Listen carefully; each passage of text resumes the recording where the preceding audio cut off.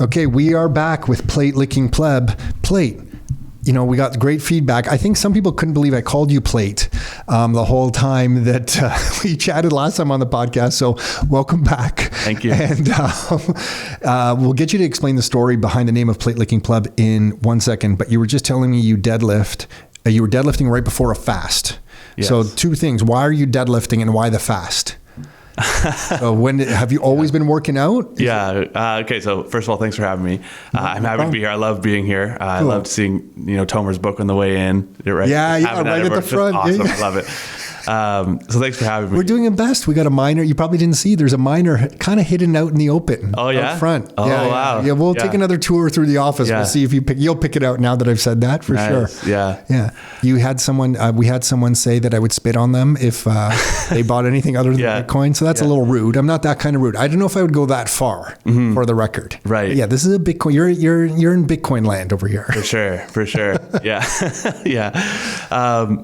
So cool. Yeah. So basically, deadlifting. No, I haven't been lifting weights long at all, actually, like maybe 2 or 3 years or something like that. I think it's actually Bitcoiners that got me into lifting weights. It was like found Bitcoin and then everyone there's lifting weights and saying, oh, you got to lift weights. And I'm like, fine. Teach me how. And then fasting too from Bitcoiners. But basically, big mistake. Don't do heavy lifting right before a fast because you need protein to heal. So I did not heal. I just got the sore muscles that have lingered now like 5 days or something. I've learned that lesson so many times, and I don't know if I'm lifting heavy or not, but for me, what would be heavy? And then if for whatever reason I get busy with life and family and kids and stuff and don't eat enough that day or the next day, I'm hurting. My recovery's brutal. I'm tighter. I'm sore. Now I know after especially deadlifts, when your total nervous system's engaged, you're using a lot of big muscles, just eat good food. So for you to go into a fast right after that, hey, that's one way to learn. Yeah. But how was the fast? What was it? Did you say 72 hours? No, I did 60. You're apparently supposed to do 72. Okay. Apparently that's where like the real health benefits kick in. Okay. I wanted to just keep it to the weekend. I didn't want to risk it with the work week, being all hungry and everything like that. And how did it feel? It was actually really, really easy for me. I don't know if it's because of my like really fat heavy diet that I do normal times. I had some headaches. I had some aches, but I think that was because of the deadlifts. When did the headaches kick in? Almost right away, actually. Okay. Like maybe after like 8 hours or something like that. And then they went away. So just water and some electrolytes or something? I had some electrolytes. And then the first day I had like 2 bowls of bone broth. Okay. And then the headaches cleared up? Yeah, they just kind of went away. Yeah. And then the next part of the fast, then after that, you were good. Nothing to report. Just achy. But I think that was because of the deadlifts because I never heard anyone else mention anything like that. So are you going to do this again? I'm going to try it again. Yeah. Like I don't really understand the health benefits. Apparently like kills old bad cells and stuff like that. I'm going to do it again just because it's a challenge. I'm going to do 72 next time. And then I heard of some people actually doing like 5 days and 7 days. So, I want to try it. I don't know. It's a challenge. Yeah, I've never really done it, so it's interesting to me. There's someone in our office here just got some of their blood work back, and their ferritin levels are really high, which is an inflammatory marker.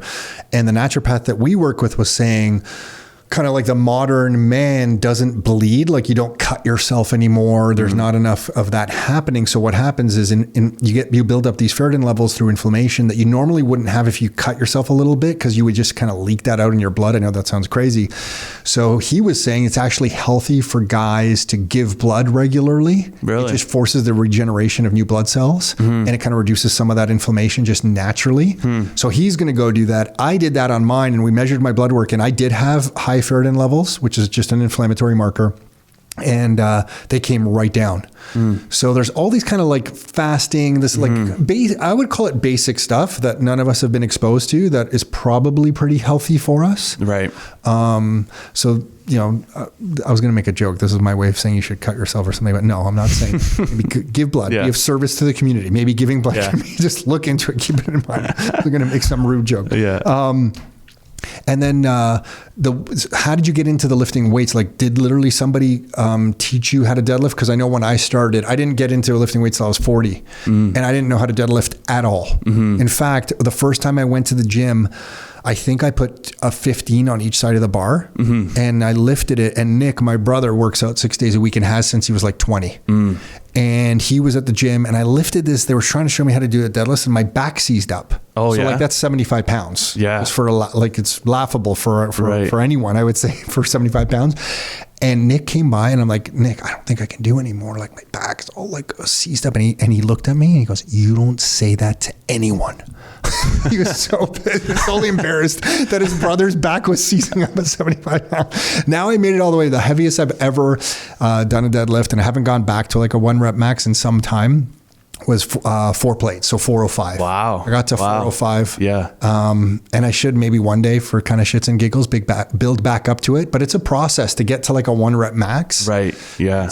And I think I could go beyond that because it has been quite a few years. But just getting there is kind of a pain in the ass. It's discipline to work yourself up. Have you ever tested yourself that way?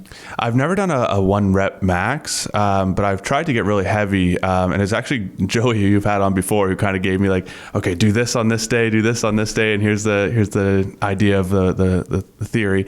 1 rep max probably not even healthy to do. You don't even need to do it. That's just like this vanity thing to see what you can do, Yeah. right? So, but it's interesting though. I've just never tried it. I've done 6 or 4 maybe of, I think the highest I did was 245. yeah. Oh, cool. And you're a big dude. You can move some weight. If you start doing that, you can Hopefully. Yeah. Yeah, absolutely. Okay. So I wanted to pick your brain a little bit about just Bitcoin in general. Where do you think we're at? And what's your latest thoughts on just Bitcoin, the Bitcoin world right now? So right now is obviously an interesting time, right? This is the first time that Bitcoin has seen, high interest rates or higher interest rates, normal interest rates, kind of coming around right at the start of ZIRP, zero interest rate policy, and obviously thriving in its first, 10, 12, 13 years. We're 15 years in as of, 2 weeks ago. And it's the first kind of challenge. And last year, interest rates kind of went up all year, 2022, interest rates raising. Bitcoin is up, I think 150, 160% or something in 2023. So I think it's kind of proving itself that I don't know how much the outside economy is going to affect Bitcoin moving forward, right? I don't like to make short-term predictions because anybody can be wrong and anybody can be right. And that's the same with real estate or stocks or anything, right? But what I think is the real drivers of Bitcoin is there is an army of zealots who are buying every time they get paid and every time they, get a paycheck, or every time they sell a chair or sell something, they're forcing it into Bitcoin and they don't care what the price is because they all know that the price is going higher, right? So there's that, and that's the one side, the demand side. And then the supply side, as a lot of your listeners might know, gets cut in half every 4 years, right? And that's coming up, I think, in March or something like that, right? So right now, there's 12.5, or is it 6.25 Bitcoins that are mined every 10 minutes, right? That's going to get cut in half, right? And the same amount of people are still buying, putting all their economic energy into this thing every 2 weeks or every week, every time they get paid. But then all of a sudden, the new supply gets cut in half, right? And nobody sells it, right? It's a bunch of religious zealots who believe in the thing, believe it's going to be better for the world, right? So I think the economy affects it, and global liquidity and interest rates and things like that. But I think the price is going up no matter what, right? Regardless of what happens in the world. So for your generation, do you feel like, is this something that has to prove itself right? I don't even know what metric any of us would use to prove it's almost like Bitcoin already has proven itself right by just existing 15 years later. So I don't really know the metric we would use to justify what I'm about to say as being correct. But for Bitcoin to win or prove itself right, what would have to happen for your generation? Because right now, young people your age with families looking at Bitcoin as something that is, anti-establishment, outside the norm, against fiat, however you want to describe it, that's kind of your belief. What would have to happen for you to feel satisfied that this was the right move for you? Anything? Just that the price keeps going up? Like how do you look at this? Like 10 years from now, how old did you say you were? 32? 31. 31. When you're 41, so 10 years from now, what do you think will have to have happened for you to look back and say, you know what, that really worked out well? Is there something? Have you thought about that at all? I don't think I've put a lot of thought into that, but when I think about it now, it's okay. 10 years from now, I'd be satisfied knowing that, Bitcoin has continued to grow in adoption, right? I'd want the price performance, to outpace stocks, to outpace real estate, because then I know, okay, at least I did the right thing there. I wouldn't have been better off buying the S&P or just, sticking with a rental property or something like that. So as long as it can do that, then to me, it's like, okay, I made the right decision. As far as like, what would people my age, millennials, have to see to, now believe in Bitcoin, it's going to be different for everybody. Right. But I think price adoption price increase is a big one for everybody. And then I think a lot of people my age, they get into it just because they're priced out of everything else. Right. They can make, whatever 8-9% per year in the S&P on average over the long run. They can maybe save up with a buddy or with a brother or sister and then hopefully buy a rental property or, get a cosigner with their parents or something like that. But a lot of people just can't save that amount of money after they're done paying off school, things like that.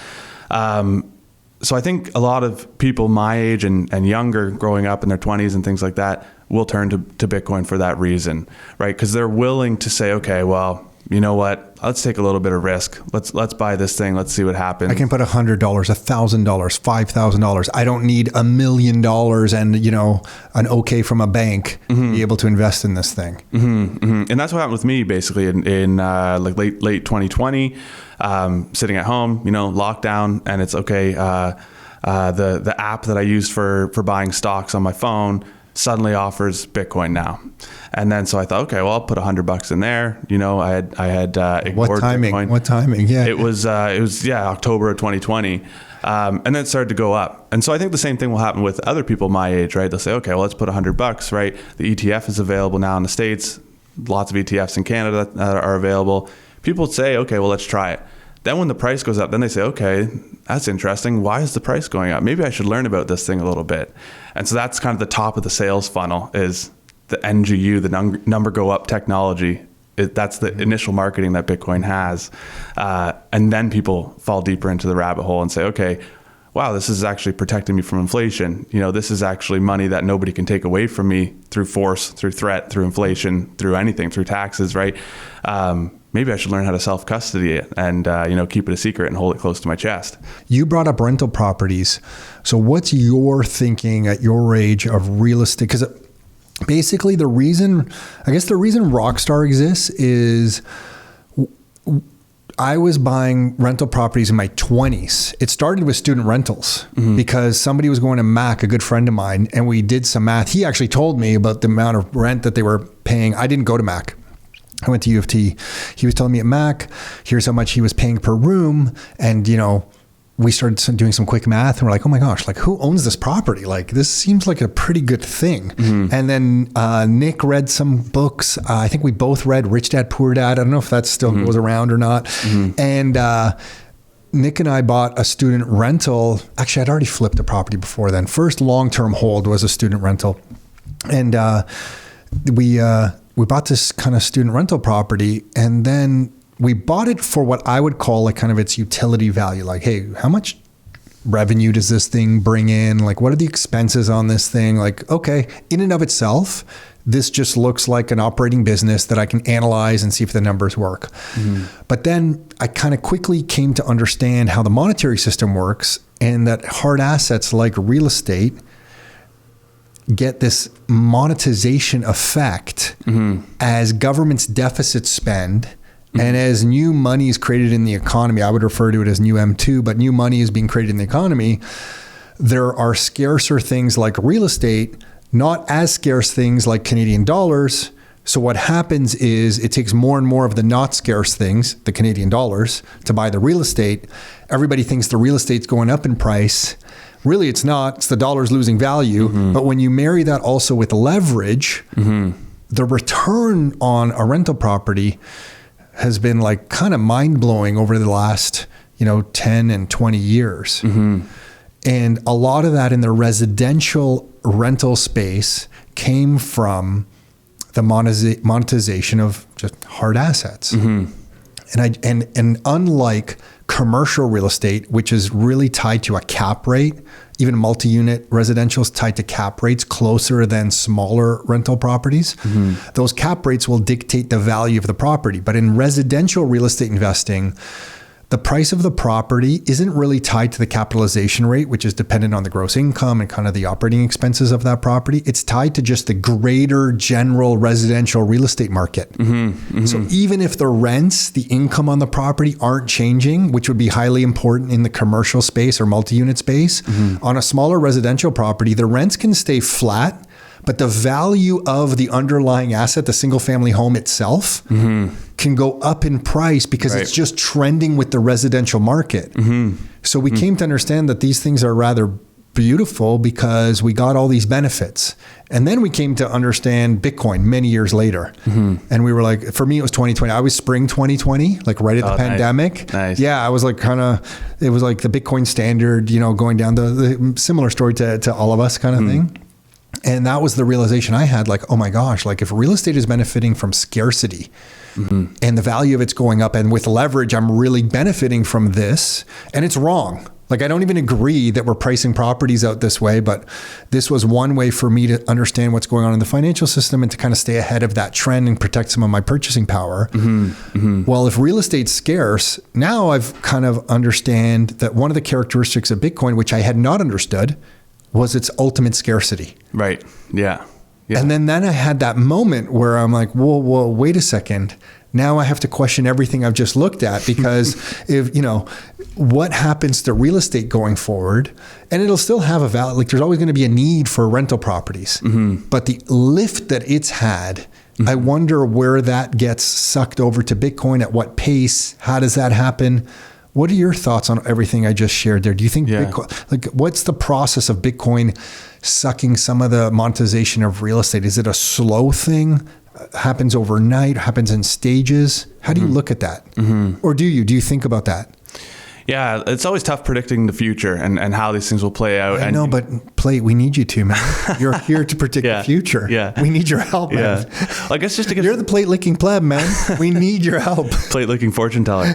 I guess just to give you the context. So I love real estate. I have always loved real estate. My dad used to take me, and we'd just go to open houses just as a kid, just for fun, without any intention to buy houses. Growing up, we lived in like a wartime bungalow, and always my parents rented out the basement. So we were on the upper floor, rented out the basement. So I kind of knew, okay, you can make money and help with your mortgage just by renting it out, right? When I was 19, basically I moved out of my dad's house, and he said, okay, you can go live in the rental now. And you know what, you stay in one room and you can rent out the rest of the rooms, and that's where you can live. You pay me $2,500, you make it work somehow. So doing that, I kind of just realized, okay, real estate's a thing, rental real estate. And so at that time I said, okay, I'm going to need to retire someday. How am I going to learn to invest and build something for myself so that I can stop working one day? And for me at that time, it was, okay, rental real estate. I'll save up and I'll start accumulating rental properties, okay? So that's me, 19, so that's 12 years ago, so 2012. At that time, where I live, a duplex, legal duplex, is about $230,000. So I thought, okay, great, 5% down payment. I can save up $12,500 plus some closing costs. Great, I'll get a rental. I should be able to get a rental in 2 years. Okay, in 2 years, the same property is worth $350, right? And I said, okay, another 2 years, fine, I'll just save up a little more. Right now we're 2016. Now it's like, okay, now it's $600,000 for a duplex. So this goal of mine kept on getting pushed out further and further. I think there's a lot of young people who are realizing my goal is getting pushed out further and further, right? I need an alternative, right? So for me, I ended up finally saving up. There's a little bit of a dip in real estate prices during the beginning of COVID. That's when my wife and I, we bought our duplex. We lived in the basement, rented out the upstairs. And basically it's the same thing is we're realizing, okay, the government, people who want to be in government, they want to win votes, right? And you win votes with easy monetary policy, right? So the Bank of Canada and the government is supposed to be separate. How separate is it really? I don't know. I don't think very separate, to be honest. But basically, they're incentivizing people to store their value in something that's going to go up in value, right? And I think the most obvious thing is what you look around and you see what's going up in value, right?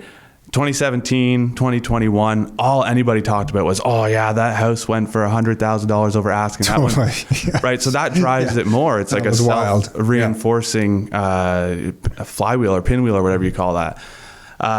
So I think a lot of people see that and then they want to buy real estate more. So I don't think Bitcoin is demonetizing real estate anytime soon. I think as long as central banking exists, as long as we have put our faith into politicians who are doing what they can to keep the average Canadian homeowner happy and voting for them, there's going to be policies that will increase demand and increase the value of real estate.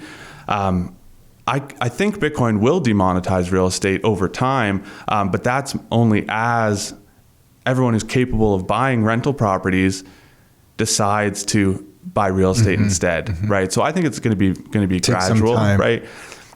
Things can happen fast, right? If hyperinflation can go from where we are now to total hyperinflation in 10 years, if politicians and central banks make the wrong decisions, so it could happen fast. So maybe it's a transition, kind of like landlines, like everyone, I mean, maybe you're not even old enough to like remember this, but the landline situation at home when everyone had like the Bell phone number. And then when the internet kind of got going, Skype came out, voice over IP got, more prevalent.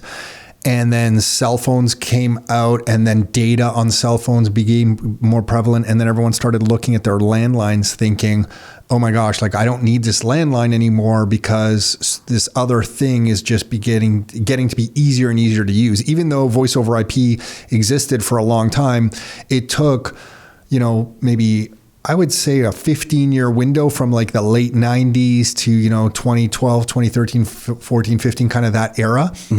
For landline usage really to kind of drop. And the last drop might have been the biggest part of it.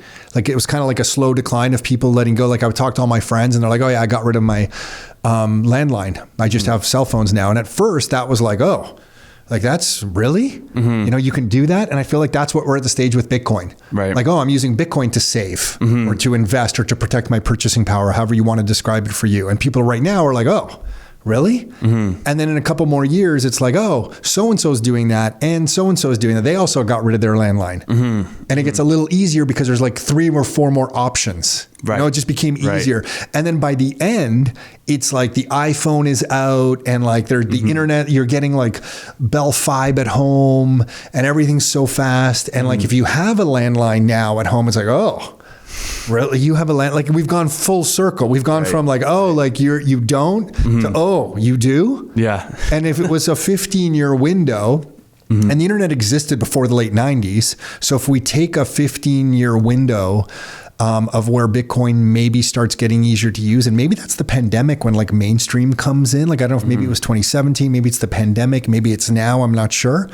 But maybe we're in that era now where like you and I and maybe some others are using Bitcoin as a savings vehicle, a way to protect purchasing power. We know it's also much more than just that. And we're the people that people react to like, oh, you're doing that? Yeah. And then a few more years, it's like a few more people, and 15 years from like, if it's 2020, so it's by 2035, it's like, if you're not using Bitcoin to protect some of your purchasing power, you're the odd person.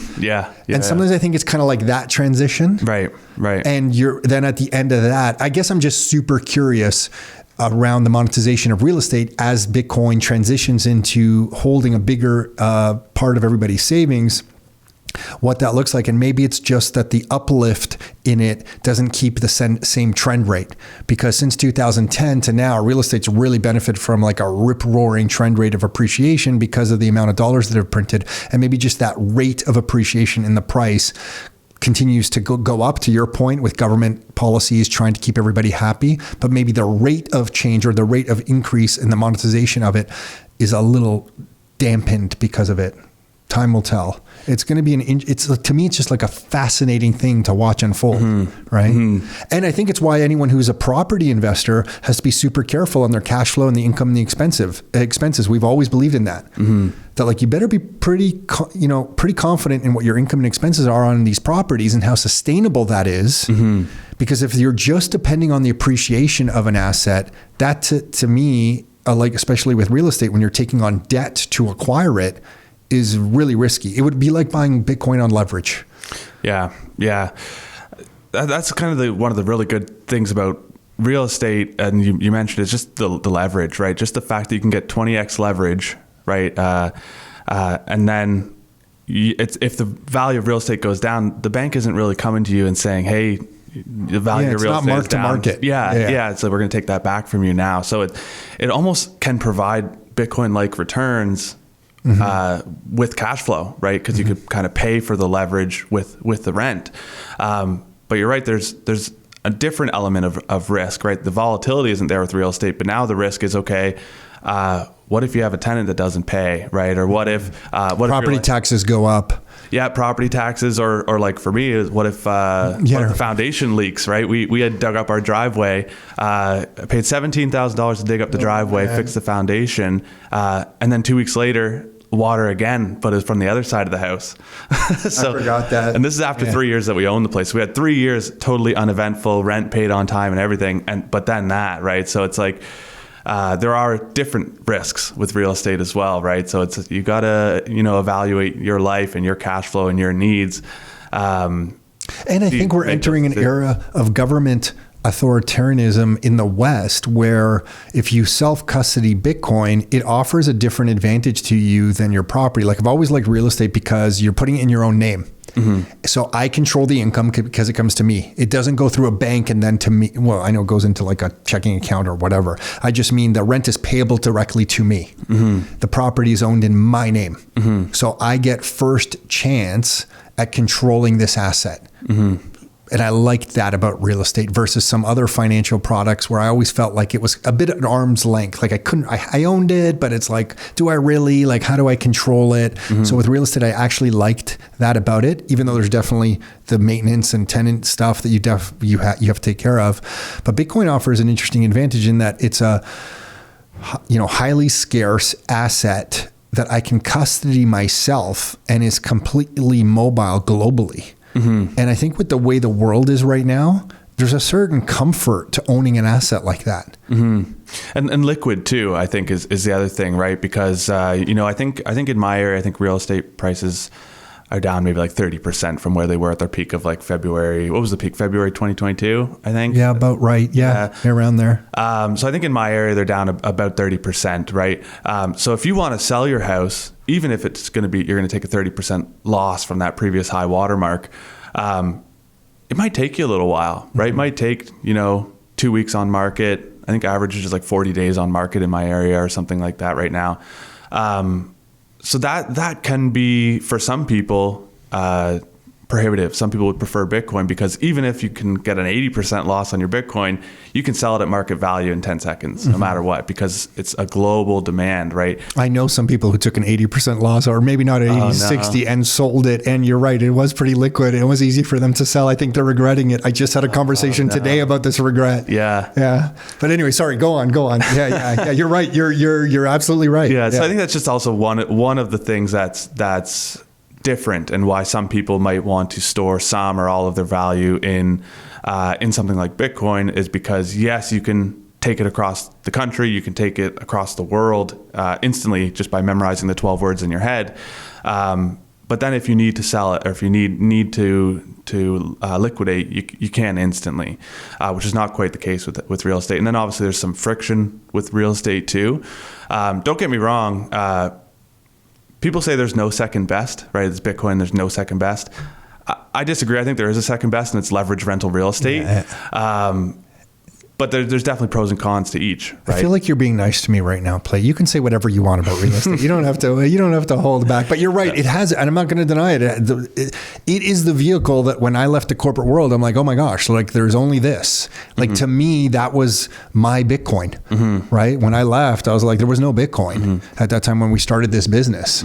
So I am agreeing with you 100%. It just, I feel like we're just like watching history unfold in the most marvelous way right now with this opportunity that's in front of us. And when I didn't play the clip, but Jamie Dimon today was at Davos and he was talking about, you didn't hear the clip, no, right? No. You didn't hear, if maybe I can even pull it up, but on this clip, he basically says, don't talk to me about Bitcoin anymore. I think on CNBC, I never want to talk about Bitcoin again. And there are other things like blockchain technology that are super valuable and smart contracts that you could do on this. Yeah. And things like, I think he even talked, maybe he mentioned stable coins or something, maybe. And then, but there's something else like a pet rock, Bitcoin, and it does nothing and it's useless. Right. Now, Jamie Dimon is not a silly guy. So for me to hear him say that about Bitcoin is pure fear, a little bit of arrogance and fear. Yeah. Because this is not here. I'm going to try and play this little clip. This one I found is 22 seconds. Let's hear what it says. I'll try to put it in the mic. Supply. So is Bitcoin. And it's been used. So you think so, huh? I do. I think there's a good chance that when we get to that 20 million Bitcoins, they go to 42. No, that Satoshi's going to come on there, laugh hysterically, go quiet, all Bitcoin's going to be erased. I think, man. How the hell is going to stop at 21? I've never met one person who told me they know for a fact they take that mathematically, it can't happen because. Yeah, but gold's really okay, that was a different clip. But do you hear the style? He's talking about, first of all, he can't pronounce Satoshi properly. And he thinks he's going to come back. And what he's like, I feel like that's part of why I love Bitcoin so much, that the establishment is all shook about this. Yeah. I think we just had to touch on that just for your listeners who maybe don't know the details of Bitcoin. Thank you. Satoshi, if he comes back, sure. Bitcoin was created anonymously, right, or pseudonymously, and basically the code was presented to the world. People liked it, happened to use it, but then it was abandoned, right? So there is no leader of Bitcoin, right? They're gone. Satoshi's gone. Nobody knows who he is. Sure, he could come back, okay, but he has no control over Bitcoin. And the reason we know this is because Bitcoin is open source. That means anybody can look at the code of Bitcoin and they can see exactly how it operates, right? And they can know that, okay, I can see the code. There's no backdoor. The creator of it doesn't have some special key that they can go in and erase Bitcoin. That's not a thing, right? What happens is everybody who chooses to can take that open source code, they can download it onto their own computer, and you don't need a special computer, by the way. This is a big misconception. You can use that laptop and download a Bitcoin Core node. Oh, you got a node there. So you don't even need that. You can use a normal laptop. Like I use an old laptop at my house. And basically you download Bitcoin Cores is the name of the code. And what that means is in order to destroy Bitcoin or erase it, every single node has to be destroyed. Right. There are, I think, somewhere between like 10 and 15,000 of these nodes all around the world. Right. Some of them you can locate. Some of them people run it through Tor, which is like an onion router. So it's kind of like makes it anonymous. No one can find your node. Because it's so decentralized, you can't destroy Bitcoin.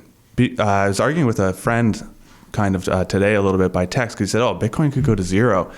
I said, well, not really, right? Because you have to destroy every single node. You can't find all the nodes, right? So how are you going to destroy them all? Even if one survives, if there's an atomic blast that destroys all of modern civilization, all you need is one laptop. Even if that laptop is turned off for the next 2 decades, when you turn it back on, Bitcoin's there again, right? And then all you need is one other person to copy the code, run it on their computer. Now you got a network effect starting again, right? So it can't be erased. It can't go away. It's the most resilient thing there is because it's. I've heard people describe it as a hydra. You cut one head off, and then 2 more will grow. Right? You can't destroy every node, so therefore you can't destroy Bitcoin. So what he's saying is completely ignorant. I don't know if he's lying because he he wants to defend his legacy finance system that he's right near the top of. Or I don't know if he just really hasn't done the research and he has no clue what he's talking about. Yeah, he might intentionally not want to do the research because he's heard enough smart people around him maybe say how important or how great it is. And maybe he doesn't even want to look because once he looks, maybe he's going to be scared of what he finds. Yeah. So I think he might be taking that approach just by the way he's speaking. And it's interesting when I hear you describing this, it's all about the technology. And Lynn Alden actually does, her book's somewhere else in the office, but in her book, Broken Money, she does a great job about explaining how technology has shaped what we use as money and how money is basically a ledger and there's nature's ledger, or you can use a ledger kind of controlled by people. And then that example of a gold coin is that that was actually a technology revolution in money, because if a queen stamped a coin with their logo on it, it was the actual stamping of that and that technology that allowed them to stamp into the gold that gave people confidence that if they saw a coin with that stamp on it, that it represented this much buying power. Mm-hmm. Mm-hmm. So it was actually like a improvement in technology that allowed people to get a bit of gold, make it into a coin, maybe put ridges around it so that if anyone shaved off it, you'd notice the ridges are gone, put the stamp on it. Yeah. And it was a technology improvement in a gold nugget, let's say, that allowed it to really flourish. It allowed it to flourish as money. Mm-hmm. Mm-hmm.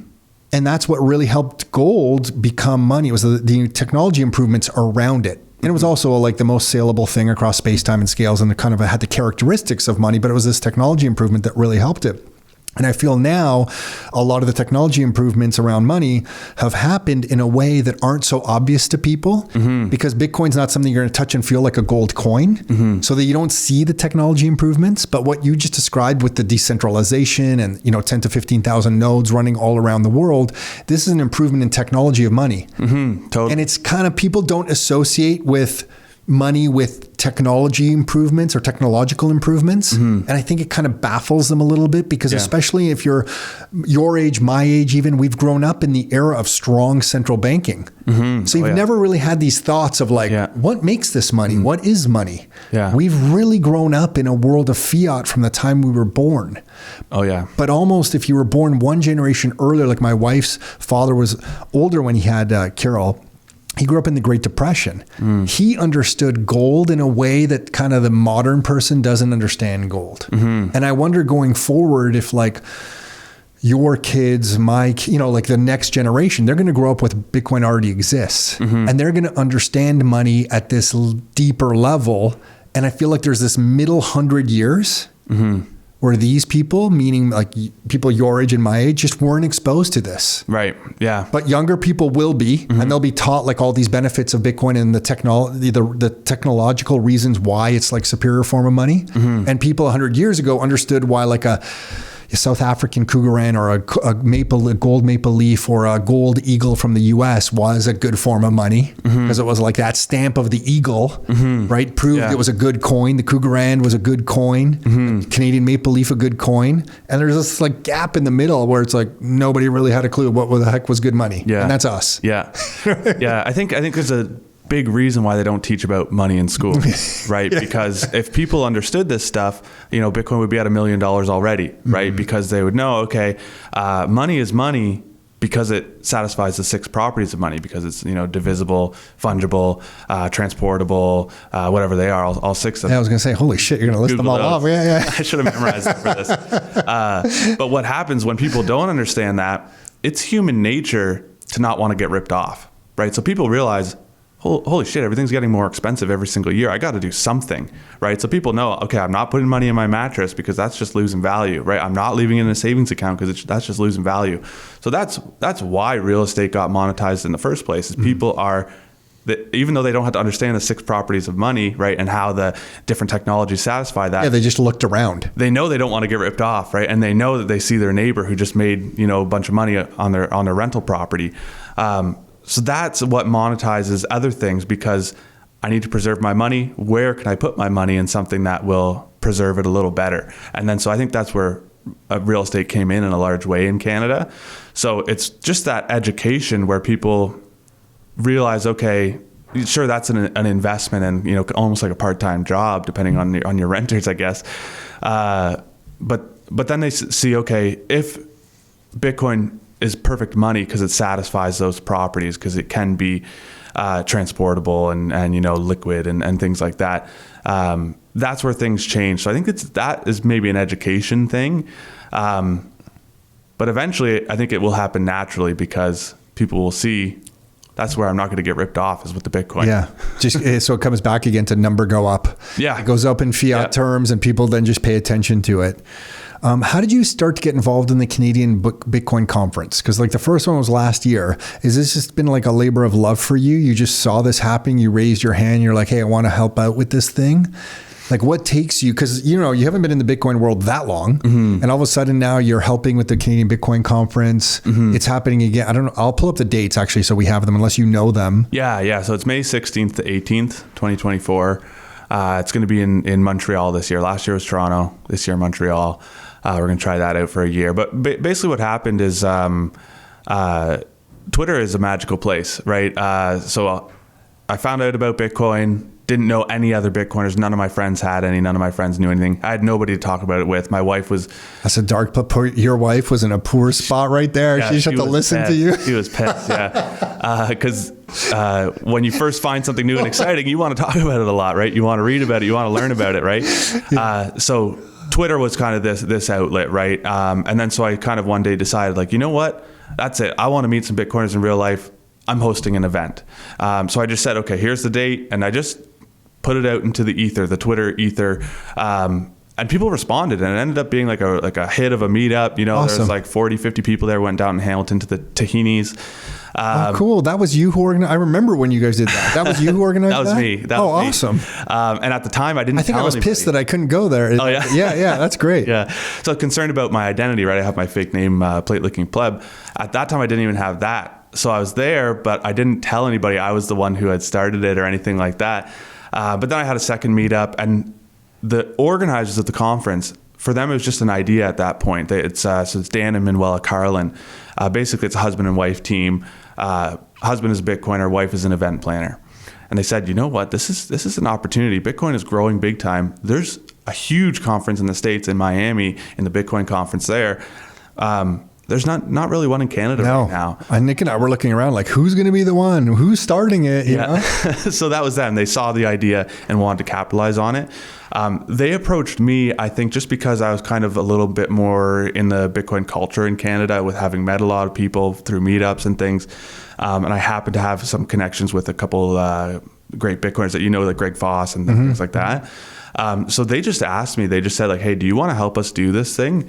And so at first it was kind of just like almost like a cultural advisor, because Bitcoin has a unique culture, right? There's it can be shocking at first for most. You eat only beef and eggs, right? You got to lift weights. Do deadlifts. Yeah, you got to go outside naked in the sun. Get a full body tanning, right? There's a lot of weird things. You got to use a cast iron pan, right?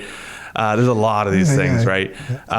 So at first I was kind of just almost like an advisor for stuff like that. But then I volunteered and was really tweeting about this thing. And I said, okay, yeah, I'll go on podcasts and I'll do this thing. So now it's kind of like advisor, sure. But also more of like the hype man, right? And which is fun for me. I like doing that. They give me my ticket for free. They give me my hotel for free.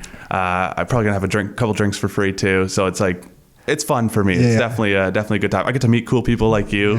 I look up to you and Nick and your business that you've built. So I like being able to come and talk with you guys. This is a benefit. Being too kind. I think you hosted at the first one. I couldn't make it to. I was also pissed about that. Some meetup after the evening, some drinks at some bar or something. I don't know if that's a top secret thing you did. No. We're gonna do that again. Yeah. So I called it the plate licking after party. And in Montreal, you're gonna have lots of options. And the first one, I felt like with I think Tomer kicked it off. I can't remember if he kicked it off or not. I think he did. It was just great to meet everybody there. Ali from Tahini's came by. That's where I first met the Bull Bitcoin guys.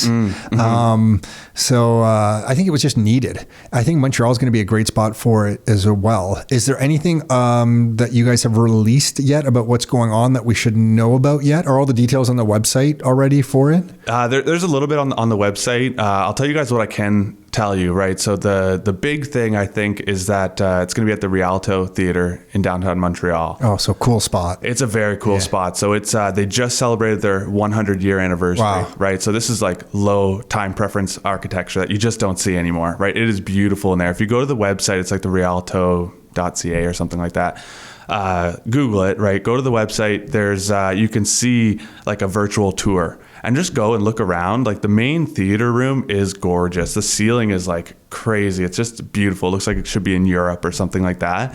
And then there's, a side room for any breakout sessions. There's going to be a big lobby where, people can, there'll be vendors setting up events and things like that. Because the vendors were great. I took a ton away from just going and talking to all the different vendors there. Like the conversations in that area were made the whole thing worth it for me. Not that the presentations weren't great. It was the conversations though in that vendor area I thought were fantastic. That was a lot of the feedback we got actually, was a lot of people really want to just meet other Hang out, the network, right? Because their wives are tired of them talking about it all the time, right?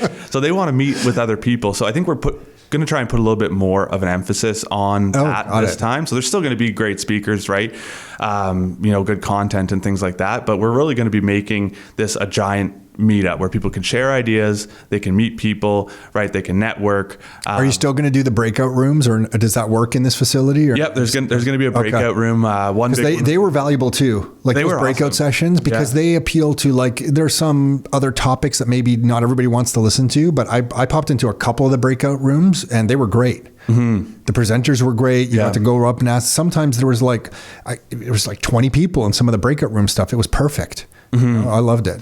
Yeah, I thought it was great too. I know Jesse Berger, who was here too. He did one that was awesome, and it was kind of like why Bitcoin only and why avoid all these altcoins and stuff like that. So it's going to be the same thing, right? One of the most popular breakout sessions was Decentral. And basically what they are is they're a company, they're a sponsor too, thanks to Decentral for sponsoring.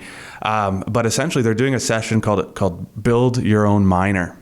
Right. So that's right. Yeah. That was an add-on or something last year. It's an add-on. So it's going to be the same thing next time, except for we're doing 2 of the sessions now because it was such high demand last time. But basically you just show up. You don't have to bring anything.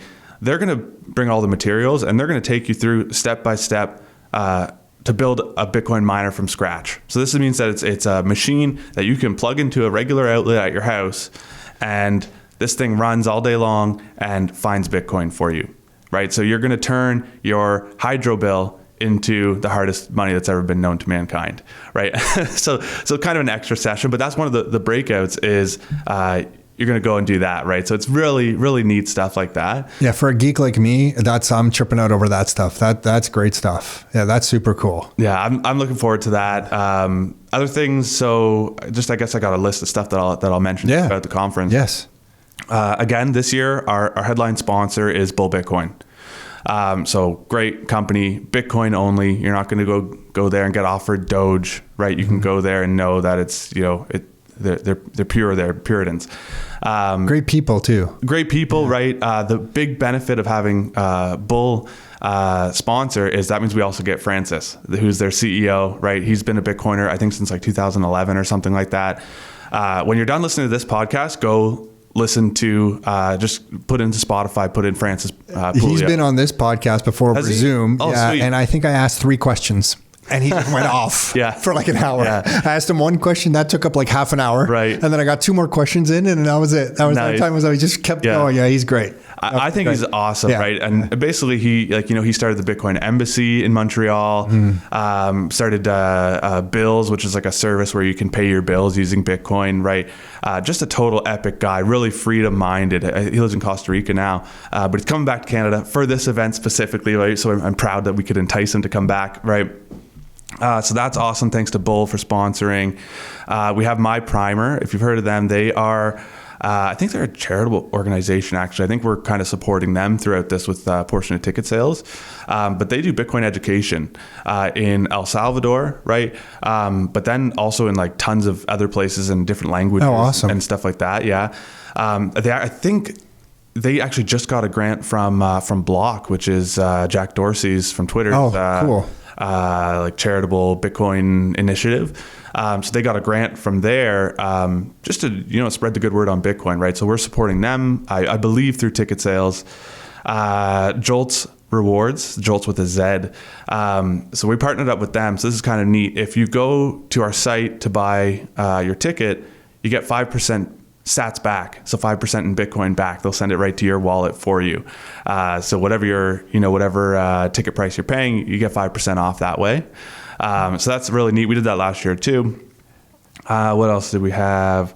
Other sponsors that I'm allowed to announce so far. We got QuickBit, and what they're going to be on site, one of the vendors, and they have hardware wallets, right? So they have ledgers, treasures, cold cards for sale on site, right? So a lot of people don't like ordering this stuff to their house because it's like, okay, now I'm giving some Bitcoin company my address. Now, technically, this Bitcoin company technically knows where I live, right? And people are, really got it. So you can buy it right there off their right table. there, right? Yeah. You don't need to give your credit card info or anything like that.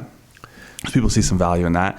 And then the other one is coin cards, which is you can spend your Bitcoin on gift cards, right? So believe it or not, there are people today, a lot more than you might think, who live 100% on Bitcoin. I'm always shocked by that. It's I'm pretty completely shocked. interesting. Yeah, I'm more and more interested in it just as an experiment for myself. Like, how far could I get if I tried it? Yeah, because they're using these gift cards. Gift cards, yeah. So like they're whatever they do, I guess they're getting paid in Bitcoin. Mm-hmm. Then any spending money they need, they can put on a gift card they buy through these gift cards. Yeah. And then I guess if you're using Bull Bitcoin, any bill payments that you need to make, Bull Bitcoin, you can hook up your utility bills or whatever to Bull Bitcoin, and you can pay your bills through something like Bull Bitcoin. So it actually is possible. Oh yeah. And there's a surprising amount of people who do it as well, right? And usually it's kind of like a moral thing to those people, right? They'll say, okay, you know what? The Canadian government, more so the US government, but governments can cause a lot of pain and suffering through inflation, but also through war, right? Because government's paying for war. And by using the dollar, the Canadian dollar, right? Technically they're stealing your value, and they're sending that money to Ukraine or to wherever, right? So some people would say, okay, well, I don't want to play any part in financing war. I'd rather use Bitcoin. So they just basically refuse to touch dollars and use Bitcoin instead. So you've got some intense people who are Bitcoin. Oh, yeah, definitely. And it's funny, just you're hearing you say that's making me think of just the world at large, and some of the talks that you hear, like Jamie Dimon. If I go back to him again, in that other clip today where he shared how there's like Bitcoin's this rock and it doesn't do anything. It's such an arrogant way to speak, because I just think of my own cousins in a country like Croatia in the modern time, like right now. They joined the euro a few years ago, but it's not really prevalent there for people to be able to open up some stock account somewhere where they can buy an index fund. Like, they don't have access to that. They did not have access to that until even very recently through the euro. Even now, it's kind of not like in the culture there. Really? Yeah. So like, if you wanted to buy property, and property there, when you go outside the capital, the property there, like there's like deeds. You have to go to a lawyer and go through deeds. It's not like titles here in Canada. So you actually have to trace back through history, like who owns what. And in a lot of these areas that are not in, the big city or the second biggest city in the country there, people swapped homes. A family like 100 years ago would say, hey, like, do you want that home? I'll take your home. So there's no like this chain of ownership of property. So you don't have, so today, if one of the sons or something wanted to produce some document, or daughters, that like, hey, this is my family's land, that doesn't really exist. So there's so like, you're talking about a Croatia, which is right next to Italy, right in the Mediterranean there, off the Adriatic Sea. And it's not like there's accessible property.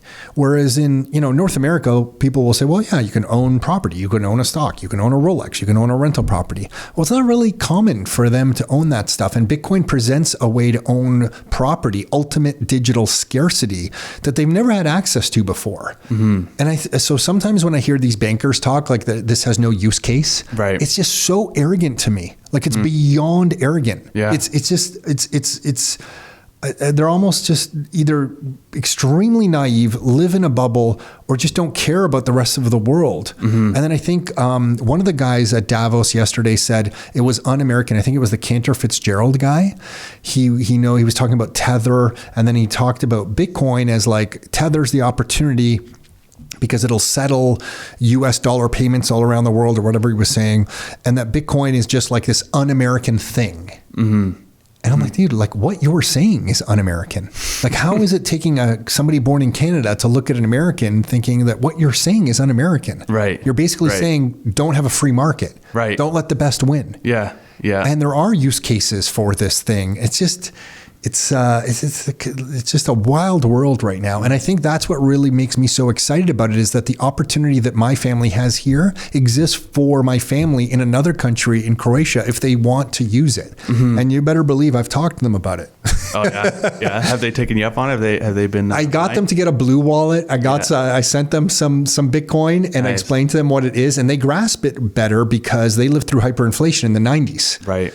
So they lived through, like, the dinar there went through hyperinflation. It was replaced with a new currency. So that's in their recent history. Right. Even the younger generation remembers that because their parents lived through that. Yeah. So it's an easier concept for them to understand. I just don't think they're used to having a vehicle to save. So they're kind of looking at it going, is this really what you say it is? Like a digital version of gold? Kind of the easiest way to explain it to them, because there, it was really just gold that held its value. Either you had a farm, and if you had animals, you managed to protect some of your purchasing power because you really had nothing other than the farm anyway. Right. So when the hyperinflation hits, it doesn't really affect you. You're living off the land. Like if you have cows and pigs during hyperinflation and you're living off the land, you're not really losing anything because you had so little to lose to begin with. Yeah, you opted out by not really using the currency. Yeah, you never did. You were like, I guess, so poor, some of my family, that they were never into any financial products. It was kind of that tiny, tiny little middle class that if they had some savings, completely wiped out.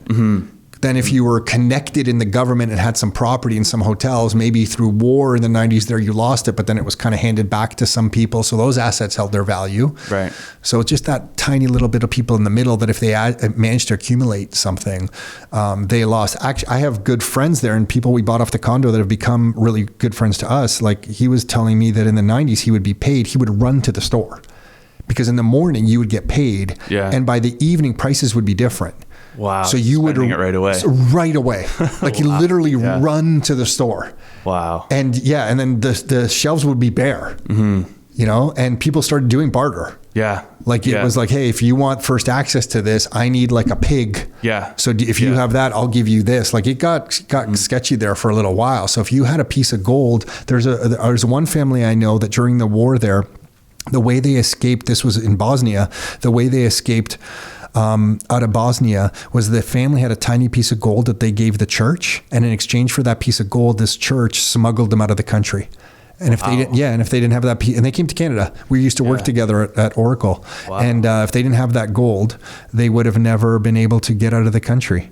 Wild, eh? That's very wild. Yeah. The church is helping smuggle people. The church was smuggling people up in exchange for gold. Yeah. In exchange for gold. But Based. I guess I'm sharing that because when Bitcoin's doing something at such a more brilliant level, and then you have a banker going on TV saying that it's a pet rock. Right. I'm like, it's just such an area. Like if you're not in America and you're hearing that, I think even to some Americans, it would be fairly arrogant, but to not be in America hearing somebody say that, you're just like, you are so arrogant. You have no clue. It put things into context when you kind of know how things operate in other countries, right? Because I wouldn't have known that all that about how it's kind of tough to even acquire property in no one is. I tell people here, right? Yeah. Crazy. It took us 4 years to close on the property. I know somebody during the war there on the beach town that we are in, they lost, the grandparents passed away. The rest of the family moved to Sweden. They came back looking for their land in that area, and they were going to multiple lawyers, and the locals were all kind of not willing to share information on which plot of land in this little town was theirs. So they kind of all took it, I guess. Yeah, because someone else started growing apparently an olive grove on it. Someone else had built something on this land. And so nobody was kind of interested. And I used to see this Swedish family.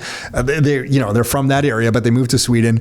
And they came back multiple years. And they ended up finding a lawyer who was able to go back through these deeds like far enough. And I guess some of them just like get ripped up. It's like this. We're talking like paper deeds. Wow. Yeah. And they were able to get some map with someone to verify it. And they were able to find what their land was. It kind of reminded me of like medieval times when there's like a war and the king or queen rolls up their artwork, puts their gold coins in a bag and escapes. Right. But then the war's over and they're able to get their land back and they put their pictures back up and they put their gold back. Right. Yeah. It's this family had come back and they had managed to reclaim their land. But that's you talked about friction with real estate.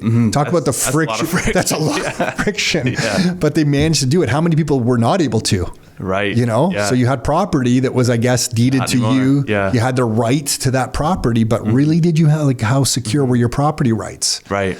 And so when we talk about it, and I think sometimes to no end, I talk about it, that the property rights of Bitcoin are so secure. I just love it. It's just this beautiful breakthrough. And it's a global thing, decentralized thing, permissionless thing. It's just something that really I just like the fact that I have cousins in another part of the world that have the exact same opportunity as someone born here, which didn't exist before. Yeah. Yeah. Because here it's different with as far as real estate or other property, because basically we can rely on the government to the property rates here are pretty good. Yeah. Like we can kind of see that, okay, you own this house, right? And even if you leave for a couple of years, it's pretty rare. I don't think there's many situations where all of a sudden it's not your house anymore. Yeah. Right? A lot of, Bitcoiners will argue that that's one of the reasons why Bitcoin is superior to real estate, is because you do have to depend on the government for those property rights. You need that judicial system. And without it, you can't really prove ownership. You almost need someone to authenticate your ownership. Right. So it means if they're enforcing it for you, it's like they can technically also take it away from you, right? So I think a lot of Bitcoiners will think, okay, the government's getting more and more desperate, right? And eventually it'll get to the point where they're just confiscating property, right? If they need to, right? So whether or not that's going to happen, I don't know, but that's definitely one potential scenario. This is going, and we'll wrap here in a second. I want to honor your time, Plate, but I like calling you Plate.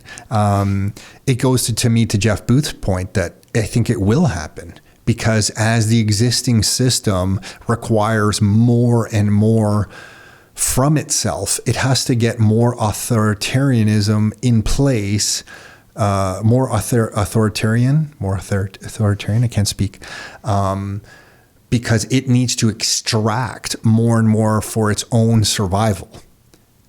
So we're on a path, I think, that is going to have a government that gets hungrier and hungrier for taxes, income, property, all of them, carbon, all of these different taxes, because it needs to feed itself and sustain itself. And the bigger it gets, the more it needs. So it's a valid thing. And I don't think that's happening tomorrow, but I think we're in that process right now. And if you're not willing to accept it, I think you're going to, the wrath of that is going to hit you hard 10 years from now. But if you plan now and protect yourself now by buying some assets that can protect you from that kind of behavior, I think you can kind of outpace it and outrun it and, live a kind of happy life and doesn't have to bother you too much, right? But I think that is an unfortunate truth, that the system in and of itself is producing this. And I think it gets a little bit crazier from here. I think so. Yeah, and it'll come in waves, right? Things, Sure. Sometimes we'll have a different government in place that might slow these things down. I'm hoping our next federal government here. I don't really, I don't have any hope in politicians really, but I got to think the next one can't be as bad as the current one. So maybe it slows things down. That's all I ask for. Slow it down a little bit. I don't know. Well, you know what? That's part of why. But that goes against the whole accelerate thing. No? Yeah.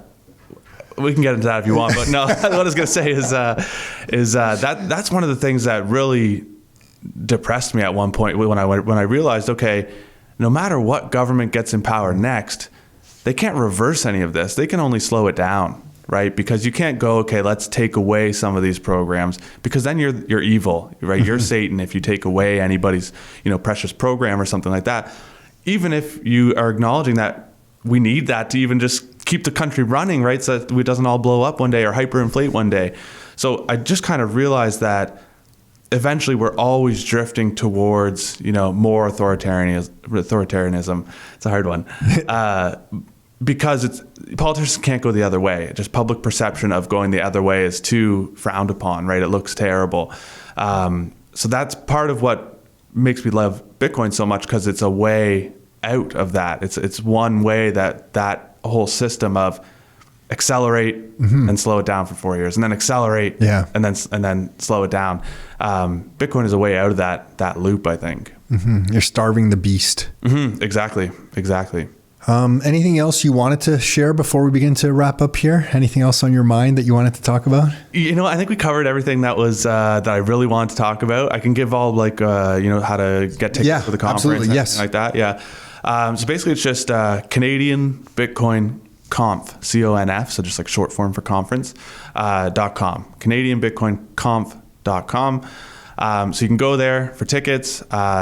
If you listen to the end of this pod, you get the plate discount code. So it's just all caps plate 2024, right? And so that's going to give you a discount on your ticket price. Combine that with the Jolts rewards, which is 5% Bitcoin back. That means you got 10% off your ticket price.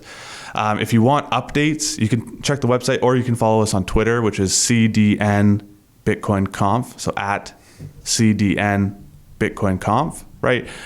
Or you can follow me, and that is plate liquor _21M. And that's 21M because there's a hard cap on Bitcoin of 21 million coins that will never be increased. We didn't share the story of plate licking pleb. We got to do it. Sure. Yeah. So one of my favorite things about Bitcoin is it is a grassroots movement, right?